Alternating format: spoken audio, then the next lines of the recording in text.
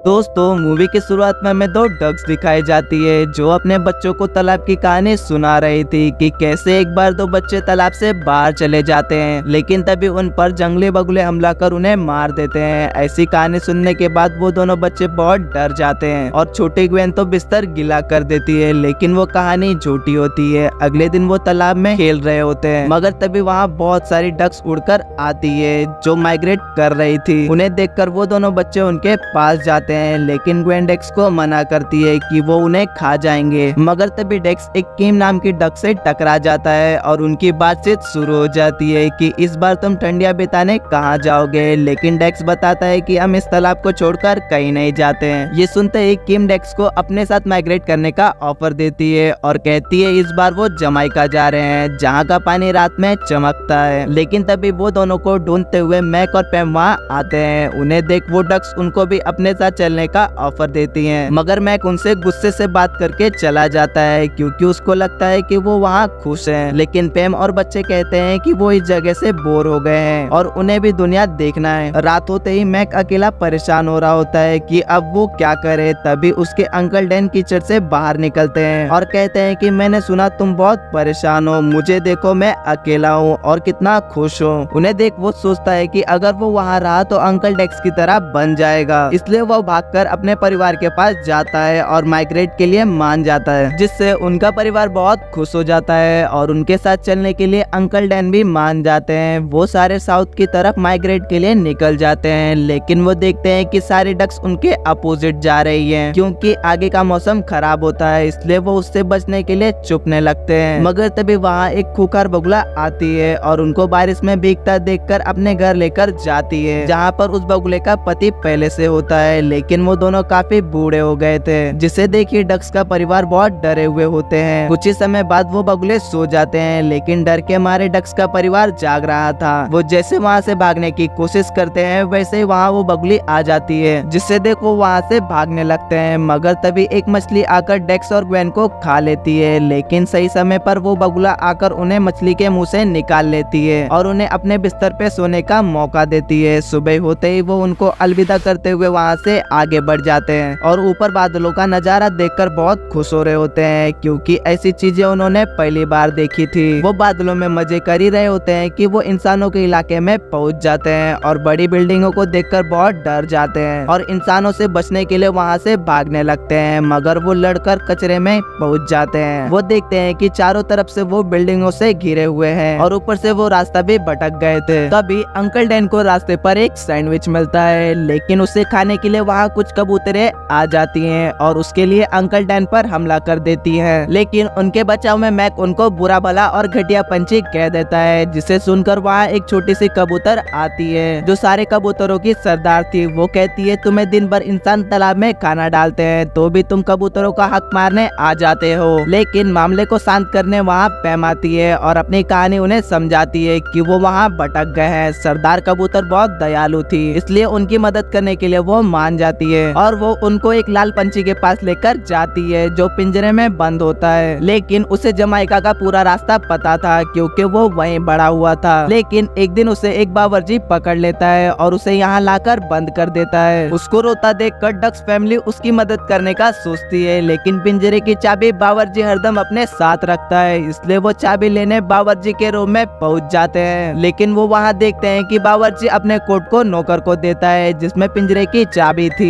Mac चोरी चोरी चुप चुप कर उस चाबी के पास जाने लगता है। पैम भी उसकी मदद करने के लिए वहाँ आई होती है। वो दोनों मिलकर चाबी को चुराने लगते हैं, लेकिन बावर्ची को मैक चिकन काटते देख लेता है, जिस डर से वहाँ गड़बड़ हो जाती है और वो दोनों को बावर्ची देख लेता है। लेकिन वो कैसे ना कैसे अपनी जान बचाकर वहाँ से बच निकलते हैं। मगर तभी वहाँ डांस शुरू हो जाता है जिसमें मैक और पैम भी डांस करने लगते हैं, जिससे उनका प्यार और बढ़ जाता है और बावर्ची को देखते ही वो वहाँ से भागने लगते हैं और उस रूम में फिर से आ जाते हैं जहाँ पर वो पंछी फंसा हुआ है। मैक चाबी लेकर पिंजरे को खोलने की कोशिश करने लगता है, लेकिन उससे पिंजरा खुलता ही नहीं है। तभी वहाँ का दरवाजा तोड़कर बावर्ची अंदर आ जाता है, लेकिन उसे वहाँ पंछी के अलावा और कोई नहीं दिखाई देता है, जिससे वो उनको ढूंढने लगता है, मगर उसे वहाँ कोई नहीं दिखाई देता है। लेकिन तभी फिर से मैक से गलती हो जाती है। इस दौरान बावर्ची उन्हें देख लेता है, लेकिन इस बार मैक उस बावर्ची को मार देता है, जिससे वो बुरी तरह घायल हो हो जाता है और चाबी लेकर वो पंछी अपने आप को आजाद कर लेता है, जिससे उसकी खुशी का कोई ठिकाना नहीं होता है और वो बहुत खुश हो जाता है और उनको गले लगाकर शुक्रिया कहता है। फिर वो कबूतर को भी अलविदा कर वहाँ से जमैका के लिए निकल जाते हैं। वो आधा रास्ता उड़ ही रहे थे कि ग्वेन को पोटी आ जाती है, जिससे उन्हें नीचे उतरना पड़ता है। इससे पैम बहुत गुस्सा होती है क्योंकि वो बर्ड होकर भी जमीन पर पोटी करने आए थे। तभी ग्वेन अचानक से डर जाती है और सबको चिल्ला कर बताती है कि कोई उसे देख रहा है, लेकिन वो तो एक अंडरग्राउंड रास्ता होता है, जिसे देखने वो सारे परिवार उसके अंदर चला जाता है। वो वहाँ देखते हैं कि बहुत सारी बतखें एक साथ मिलकर योगा कर रही हैं और उन्हें चुप कर ये देख रहे हैं। मगर तभी अंकल डैन वहाँ गड़बड़ कर देते हैं, जिससे सारी बतखें उन्हें देख लेती हैं और बहुत खुश हो जाती हैं, क्योंकि उन्हें लगता है कि इंसानों ने और दोस्त उनके लिए भेजा है। वो उनको वेलकम करते हैं। तभी वहाँ दो इंसान आकर दरवाजा खोलते हैं। तब पता चलता है कि वो बतखें कितनी शानदार जिंदगी जी रही हैं। वहाँ खाने के लिए बहुत सारी चीजें होती है। वो सारी बतखें मानो जन्नत में जी रही थी और ये डक्स फैमिली भी वहाँ बहुत इंजॉय करती है। लेकिन किसी को ये पता नहीं होता है कि इंसान उन्हें खिला पिला कर मोटा कर रहे हैं, जिससे वो उन्हें महंगे दामों में बेच सके। तभी वहाँ एक ट्रक आती है, जिसमें से वही बावर्ची बाहर निकलता है जो यहाँ बतखें खरीदने आया था। लेकिन उसे डेक्स देख लेता है और ये बातें वो लीडर बतख को बताता है, लेकिन उसकी बात का विश्वास वो बतख नहीं करता है। डेक्स वो बातें अपने पापा को बताता है, जिससे मैक्स डेक्स को उसकी मम्मी के पास जाने के लिए कहता है। लेकिन इस बार डेक्स को भी मदद करनी थी, इसलिए वो चुपके से सारी बतखों को बचाने चला जाता है। लेकिन उसी दौरान उसे वो बावर्ची पकड़ लेता है। ये सब देखकर मैक बावर्ची पर हमला कर देता है, लेकिन वो उसे भी मारने वाला था। तभी सारी बतखें आकर उसे गिरा देती है, जिससे सारी बतखें वहाँ से बच निकलती है और वहाँ से भाग जाती है और उड़ते हुए वो एक पार्क में लैंड करते हैं। मगर मैक बहुत गुस्सा हो जाता है क्योंकि डेक्स उसकी बातें ना मानकर मुसीबत में पड़ गया था। डेक्स भी उसके पापा से गुस्सा हो जाता है। वो सारे लोग रात में सोए होते हैं, लेकिन डेक्स अकेला जाग रहा था। मगर उन्हें ढूंढते हुए वो बावर्ची वहाँ आ जाता है और एक बार में सारे डक्स को पकड़ लेता है। लेकिन डेक्स और उसकी बहन बच गए थे और वो बावर्ची उनको अपने साथ लेकर चला जाता है। इससे वो दोनों बच्चे बहुत उदास हो जाते हैं। दूसरी ओर ये डक्स यहाँ से निकलने का प्रयास कर रही थी, मगर उससे कोई फायदा नहीं होता है। तभी वो बावर्ची उन्हें गुस्से से देखने लगता है, लेकिन पैम उसके नाक पर काट लेती है और सारे बर्ड्स भी मिलकर उस पर टमाटर से हमला करने लगते हैं। उसी बीच जहाज का निचला भाग खुल जाता है, जिससे वो वहाँ से गिरने लगते हैं। तभी उनके दोनों बच्चे वहाँ आकर उसे बचा लेते हैं और पिंजरे में से सारे पंछी भी आजाद हो जाते हैं और बावर्ची का भी अंत हो जाता है, जिससे वो उड़ते हुए सीधा जमैका में लैंड करते हैं, जहाँ का पानी चमक रहा था। तभी सुबह का सीन दिखाया जाता है, जहाँ डेक्स की मुलाकात उसकी दोस्त टीम से होती है और वो सारे मिलकर बहुत खुश हो जाते हैं और मूवी की एंडिंग हो जाती है। होप यू गाइस आपको मूवी अच्छी लगी होगी, तो चैनल को सब्सक्राइब करना ना भूले। Thank you for watching.